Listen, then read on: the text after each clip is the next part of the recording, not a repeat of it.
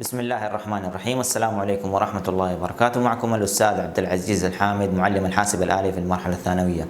اليوم راح نستكمل دروسنا في الوحدة الأولى، وحدة المصادر الحرة وأنظمة لينكس لمادة الحاسب واحد. حنستكمل الدرس الثالث اللي هو حقوق الطبع والنشر والانتحال العلمي. حنتكلم عن حقوق الطبع وأيضا حنتكلم عن الانتحال العلمي. حنتعرف على حقوق الطبع والنشر، وحنشرح معنى الانتحال العلمي، وحنقارن بين أنواع الانتحال العلمي مع التفاصيل اللي تخص هذه الأنواع. هنبدأ أول شيء في حقوق الطبع والنشر. إيش تعريف حقوق الطبع والنشر؟ حقوق الطبع والنشر عبارة عن صيغة قانونية لحماية الأعمال المؤلفة.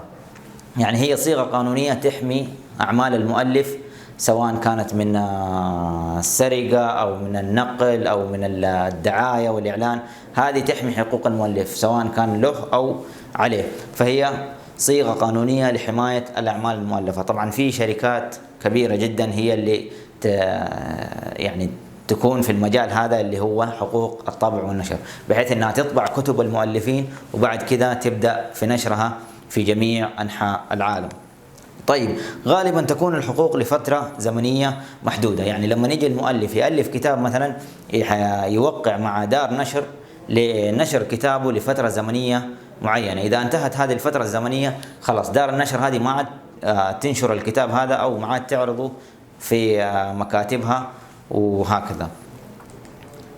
وبعدين عندنا النقطة الثالثة اللي هي تعد شكلا من أشكال الملكية الفكرية. يعني دار النشر هذه تشارك الملكية الفكرية مع المؤلف بحيث تنشر الكتب هذه وتكتسب بعض النسب المادية من نشر هذه الكتب.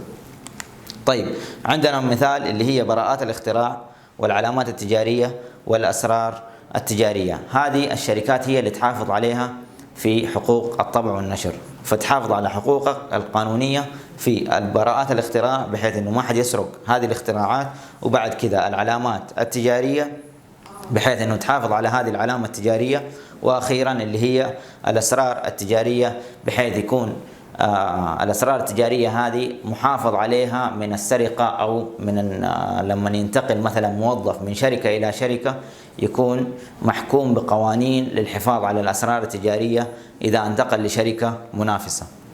طيب، أخيرا عندنا حماية للبرمجيات والتصاميم من التعدي على حق المؤلف من البرمجيات اللي هي قرصنة البرمجيات. الآن حنتعرف على قرصنة البرمجيات وآثارها السلبية.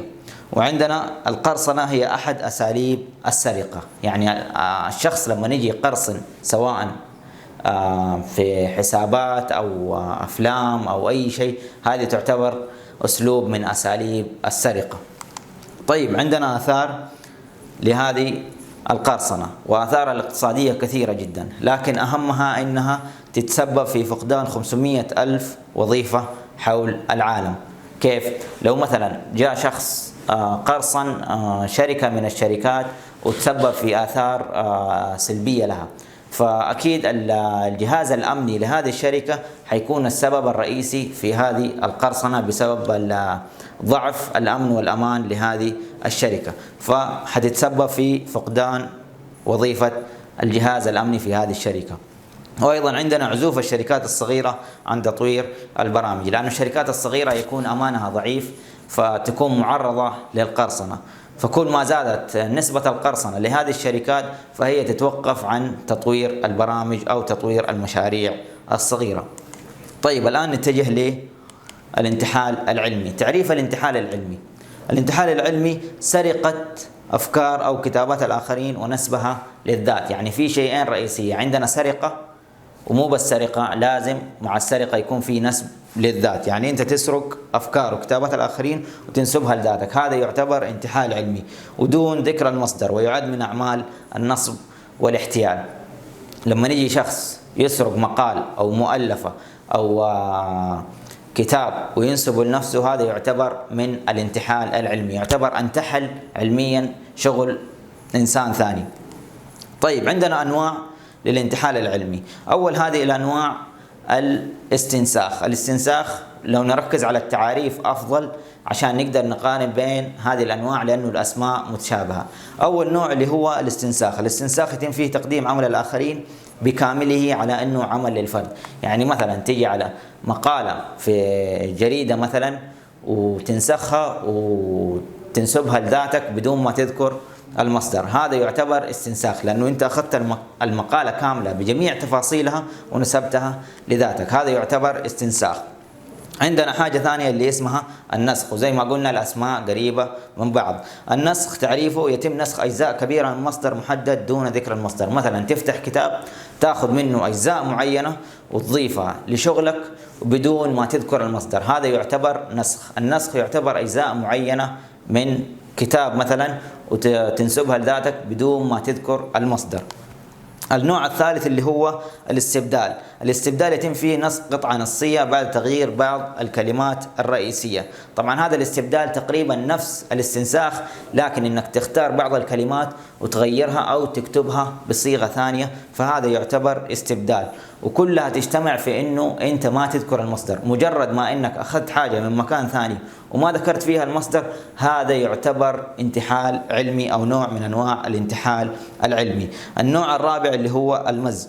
المزج تعريفه مزج اجزاء من مصادر عديدة دون ذكر المصدر. المزج يعني انك تاخذ مثلا من الكتاب الفلاني ثم تروح لكتاب ثاني وتاخذ منه جزئية بسيطة، وتروح لكتاب ثالث تاخذ جزئية ثالثة، تقوم تمزج هذه الأجزاء مع بعض في مثلا رسالتك للماجستير أو كتابك اللي أنت تألفه بدون ما تذكر هذا المصدر أو ما تذكر أي مصدر من هذه المصادر، هذا المزج. عندنا حاجة اسمها التكرار.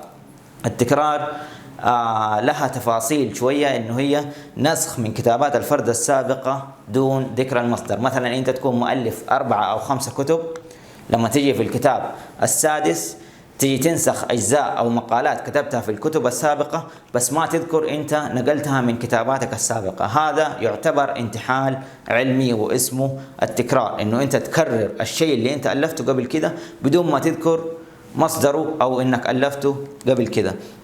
آخر نوع عندنا اللي هو المزيج، دمج مقاطع نصية ذكر مصدرها بشكل صحيح مع مصادر لم يذكر مصدرها. يعني إنك تجيب أشياء من برا وتذكر مصدرها، وتجيب أشياء ثانية من برا بدون ما تذكر المصدر، هذا اسمه مزيج. يعني في أشياء أنت ما ذكرت مصدرها وكنت كويس ما انتحلت علميا، لكن في أشياء ثانية ما ذكرت مصدرها، هنا أنت دخلت برضه في الانتحال العلمي.